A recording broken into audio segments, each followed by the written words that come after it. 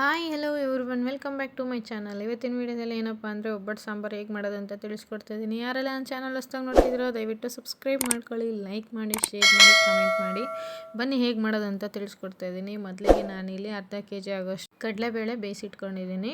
ಕೆಲವು ಜನ ತೊಗರಿಬೇಳೆಯಿಂದನೂ ಒಬ್ಬಟ್ಟು ಮಾಡ್ತಾರೆ, ಮತ್ತು ಕಡಲೆಬೇಳೆಯಿಂದನೂ ಮಾಡ್ತಾರೆ, ಮತ್ತು ಕಡಲೆಬೇಳೆ ತೊಗರಿಬೇಳೆ ಎರಡು ಮಿಕ್ಸ್ ಮಾಡಿ ಕೂಡ ಮಾಡ್ತಾರೆ. ನಾನಿಲ್ಲಿ ಕಡಲೆಬೇಳೆ ಮಾತ್ರ ಬೇಯಿಸಿಟ್ಕೊಂಡಿದ್ದೀನಿ. ಮತ್ತು ಬೇಳೆ ಮತ್ತು ನೀರು ಸಪ್ರೇಟ್ ಮಾಡ್ಕೊತಾ ಇದ್ದೀನಿ. ಚೆನ್ನಾಗಿ ನುಣ್ಣಗೆ ಹಾಗಂಗೆ ಬೇಯಿಸಿಟ್ಕೋಬೇಕು ಬೇಳೆನ ಒಬ್ಬಟ್ಟಿಗೆ. ಆಮೇಲೆ ಬೇಯಿಸಿಟ್ಕೊಂಡು ಎರಡು ಸಪ್ರೇಟ್ ಮಾಡಿಕೊಂಡು ಇವಾಗ ಒಂದು ಪಾತ್ರೆ ತೆಗೆದಿಟ್ಕೊತಾಯಿದ್ದೀನಿ. ತೆಗೆದಿಟ್ಕೊಂಡು ಅದಕ್ಕೆ ನಾನು ಬೇಳೆ ನೀರನ್ನ ಶಿಫ್ಟ್ ಮಾಡ್ಕೊತಾ ಇದ್ದೀನಿ.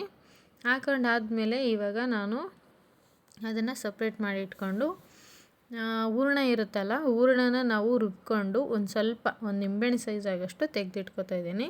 ಯಾಕಂದರೆ ನೀರು ಹಾಕಿರ್ತೀವಲ್ವ, ಬರೀ ಬೇಳೆ ನೀರು ಇರುತ್ತೆ, ತೆಳ್ಳಗಾಗುತ್ತೆ. ಅದಕ್ಕೋಸ್ಕರ ಇದು ಹಾಕೊಳ್ಳೋದ್ರಿಂದ ತುಂಬಾ ಗಟ್ಟಿ ಬರುತ್ತೆ ಮತ್ತು ಟೇಸ್ಟ್ ಕೂಡ ಬರುತ್ತೆ. ಅದಕ್ಕೋಸ್ಕರ ಇವಾಗ ನಾನು ಅದನ್ನು ಹೂರಣ ತೊಗೊಂಡು ಅದನ್ನು ನೀರಲ್ಲಿ ಸ್ವಲ್ಪ ಮಿಕ್ಸ್ ಮಾಡಿ ಹಾಕೋತಾ ಇದ್ದೀನಿ. ಹಾಕೊಂಡಾದ್ಮೇಲೆ ಇದೇನಂತಂದರೆ ಎಷ್ಟು ಟೇಸ್ಟ್ ಬರುತ್ತೆ ಅಂದರೆ, ಕಡಲೆಬೇಳೆ ಅಲ್ವಾ, ಅದಕ್ಕೇ ಸಿಕ್ಕಾಪಟ್ಟೆ ಟೇಸ್ಟ್ ಬರುತ್ತೆ. ಈಗ ಇದನ್ನೆಲ್ಲ ಕಿವುಚಿ ಹಾಕೊಂಡಾದ್ಮೇಲೆ ಸ್ವಲ್ಪ ನೀರೆಲ್ಲ ಹಾಕ್ಕೊಂಡು ಜಾಸ್ತಿ ನೋಡ್ಕೊಂಡು ಹಾಕೋಬೇಕು. ಯಾಕಂತಂದರೆ ತುಂಬ ಜನ ಇರ್ತಾರೆ, ಇಲ್ಲ ಹಬ್ಬ ಅಲ್ವಾ, ಹಬ್ಬಕ್ಕೆ ಯಾರಾದರೂ ಬಂದಿರ್ತಾರೆ, ಸಾಕಾಗಬೇಕಲ್ವ, ಅದಕ್ಕೋಸ್ಕರ ಜಾಸ್ತಿ ಆಗಲಿ ಅನ್ನೋದಕ್ಕೋಸ್ಕರ ಹೂರಣ ಹಾಕ್ತಾರೆ, ಗಟ್ಟಿ ಆಗಲಿ ಅನ್ನೋದಕ್ಕೋಸ್ಕರ. ಮತ್ತು ಟೇಸ್ಟು ಕೂಡ ಹಾಕ್ತಾರೆ. ಇವಾಗ ನಾನು ಅಚ್ಕಾರದ ಪುಡಿ 1/4 ಸ್ಪೂನ್ ಹಾಕೋತಾ ಇದ್ದೀನಿ.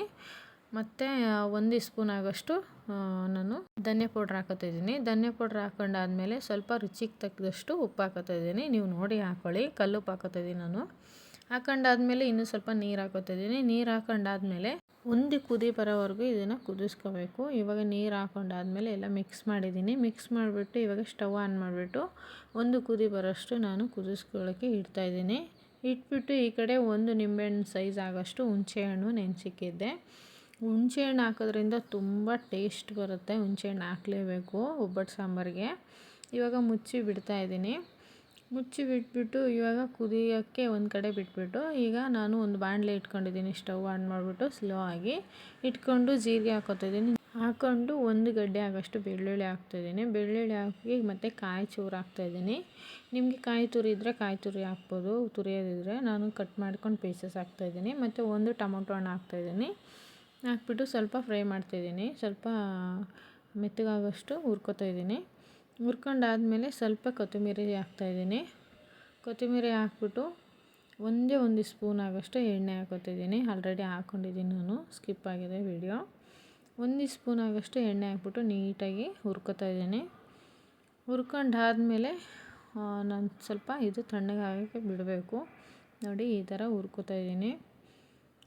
ಸ್ವಲ್ಪ ಮೆತ್ತಗಾಗಬೇಕು. ಹುರ್ಕೊಂಡಾದ್ಮೇಲೆ ಸ್ವಲ್ಪ ಮೆತ್ತಗಾಕಿ ಅಂದರೆ ತಣ್ಣಗಾಗಕ್ಕೆ ಬಿಟ್ಬಿಟ್ಟು ಇವಾಗ ಜಾರ್ಗೆ ಶಿಫ್ಟ್ ಹಾಕ್ಕೊಂಡಿದ್ದೀನಿ. ಜಾರ್ಗೆ ಹಾಕ್ಕೊಂಬಿಟ್ಟು ಇವಾಗ ಸ್ವಲ್ಪ ಸಾಂಬಾರು ಪೌಡ್ರ್ ಹಾಕೋತಿದ್ದೀನಿ. ಆಚೆ ಸಾಂಬಾರು ಪೌಡ್ರ್ ನಾವು ಯೂಸ್ ಮಾಡೋದು. 1 ಸ್ಪೂನ್ ಆಗೋಷ್ಟು ನಾನು ಸ್ವಲ್ಪ ಸಾಂಬಾರು ಪೌಡ್ರ್ ಹಾಕೋತಿದ್ದೀನಿ. ಹಾಗೆ ಒಂದು ಸ್ವಲ್ಪ ನೀರು ಹಾಕ್ಕೊಂಡು ರುಬ್ಬಿ ಸೈಡಿಗೆ ಇಟ್ಕೊಂಡಿದ್ದೀನಿ ನಾನು. ಸೈಡಿಗೆ ಇಟ್ಕೊಂಡು ಆದಮೇಲೆ ಇಲ್ಲಿ ಒಂದು ಕುದಿ ಬರೋಷ್ಟು ಬಿಟ್ಟಿದ್ನಲ್ಲ, ಒಂದು ಕುದಿ ಬಂದಾದಮೇಲೆ ನಾನು ಈ ಕಡೆ ಸ್ಟವ್ ಆನ್ ಮಾಡಿ ಇಟ್ಕೊಂಡು ಸ್ಲೋ ಆಗಿ ಇಟ್ಕೊಂಡು ಒಂದು ಪಾತ್ರೆ ಇಟ್ಕೊಂಡಿದ್ದೀನಿ. ಇಟ್ಕೊಂಡು ಸ್ವಲ್ಪ ಜೀರಿಗೆ ಹಾಕೋತಿದ್ದೀನಿ ಮತ್ತು ಸಾಸಿವೆ ಹಾಕೋತಿದ್ದೀನಿ. ಸ್ವಲ್ಪ ಚಟಪಟ ಅಂದಮೇಲೆ ಎಣ್ಣೆ ಹಾಕೋತಿದ್ದೀನಿ. ಎಣ್ಣೆ ಕಾದ್ಮೇಲೆ ಕರ್ಬೇವಿನ ಸೊಪ್ಪು ಹಾಕೋತಿದ್ದೀನಿ. ಕರ್ಬೇವಿನ ಸೊಪ್ಪು ಹಾಕೊಂಡಾದ್ಮೇಲೆ ಮತ್ತು ಒಗ್ಗರಣೆಗೆ ಒಣಮೆಣ್ಸಿನ್ಕಾಯಿ ಹಾಕೋತಿದ್ದೀನಿ, ಬಾಡಿಗೆ ಮೆಣಸಿನ್ಕಾಯಿ. ಹಾಕೊಂಡಾದ್ಮೇಲೆ ಇವಾಗ ರುಬ್ಬಿ ಸೈಡಿಗೆ ಎತ್ತಿಟ್ಕೊಂಡಿದ್ನಲ್ಲ ಅದನ್ನು ಹಾಕೋತಿದ್ದೀನಿ. ಹಾಕೊಂಬಿಟ್ಟು ಸ್ವಲ್ಪ ಮಿಕ್ಸ್ ಮಾಡ್ಕೊತಾಯಿದ್ದೀನಿ. ಇದನ್ನು ನೀಟಾಗಿ ಎಣ್ಣೆಯಲ್ಲಿ ಮಿಕ್ಸ್ ಮಾಡ್ಕೋಬೇಕು. ನೋಡಿ ಇವಾಗ ಮಿಕ್ಸ್ ಮಾಡ್ಕೊತಾಯಿದ್ದೀನಿ. ಮಿಕ್ಸ್ ಮಾಡ್ಕೊಂಡಾದ್ಮೇಲೆ ಸ್ವಲ್ಪ ತಣ್ಣಗಾಗಿತ್ತಲ್ಲ, ಇನ್ನೊಂದು ಕುದಿ ಬರಲಿ ಅಂತ ನಾನು ಸ್ಟವ್ ಆನ್ ಮಾಡಿದ್ದೆ. ಕುದೀತಾ ಇದೆ ನೋಡಿ. ಇವಾಗ ಕುದ್ದಾದ್ಮೇಲೆ ಸ್ವಲ್ಪ ತೊಗೊಂಡು ಇದಕ್ಕೆ ಹಾಕಬೇಕು. ಇವಾಗ ಹುಣಸೆಹಣ್ಣು ಇದೆಯಲ್ವ, ಹುಣಸೆಹಣ್ಣು ಮಿಕ್ಸ್ ಮಾಡಿಕೊಂಡು ಹುಣಸೆಹಣ್ಣಿನ ನೀರು ಹಾಕೋತಿದ್ದೀನಿ. ಒಗ್ಗರಣೆ ಮಾಡ್ಕೊಂಡಿದ್ನಲ್ಲ ಅದಕ್ಕೇ. ಇವಾಗ ಆಗಿದೆ. ಆ ಕಡೆ ಸಾಂಬಾರು ಕುದಿಯೋಕೆ ಇಟ್ಟಿದ್ನಲ್ಲ ಅದನ್ನು ತೊಗೊಂಡು ಇವಾಗ ಒಗ್ಗರಣೆ ಮಾಡ್ಕೊಂಡಿದ್ದೀನಲ್ಲ ಅದಕ್ಕೆ ಹಾಕೋತಿದ್ದೀನಿ. ಹಾಕೊಂಡಾದ್ಮೇಲೆ ಒಂದು ಕುದಿ ಬರೋವರೆಗೂ ಕುದಿಸ್ಕೊಂಬಿಟ್ರೆ ಸೂಪರ್ ಟೇಸ್ಟು. ಮತ್ತು ನಾನು ಅನ್ನಕ್ಕೆ ಸರ್ವ್ ಮಾಡಿ ತೋರಿಸ್ಬೇಕಿತ್ತು, ಆದರೆ ಜನ ಇರೋದ್ರಿಂದ ನಾನು ತೋರ್ಸೋಕ್ಕಾಗಲಿಲ್ಲ. ಹೇಗಿತ್ತು ಅಂತ ನನಗೆ ಕಮೆಂಟಲ್ಲಿ ಒಮ್ಮೆ ನೀವು ಟ್ರೈ ಮಾಡಿ ಹೇಗಿತ್ತು ಅಂತ ನನಗೆ ಕಮೆಂಟಲ್ಲಿ ತಿಳಿಸಿ. ಈ ವಿಡಿಯೋ ನೋಡಿದ್ದಕ್ಕಾಗಿ ಧನ್ಯವಾದಗಳು. ಈ ವಿಡಿಯೋ ಇಷ್ಟ ಆಗಿದರೆ ನಿಮಗೆ ಸಬ್ಸ್ಕ್ರೈಬ್ ಮಾಡ್ಕೊಳ್ಳಿ, ಲೈಕ್ ಮಾಡಿ, ಶೇರ್, ಕಮೆಂಟ್ ಮಾಡಿ.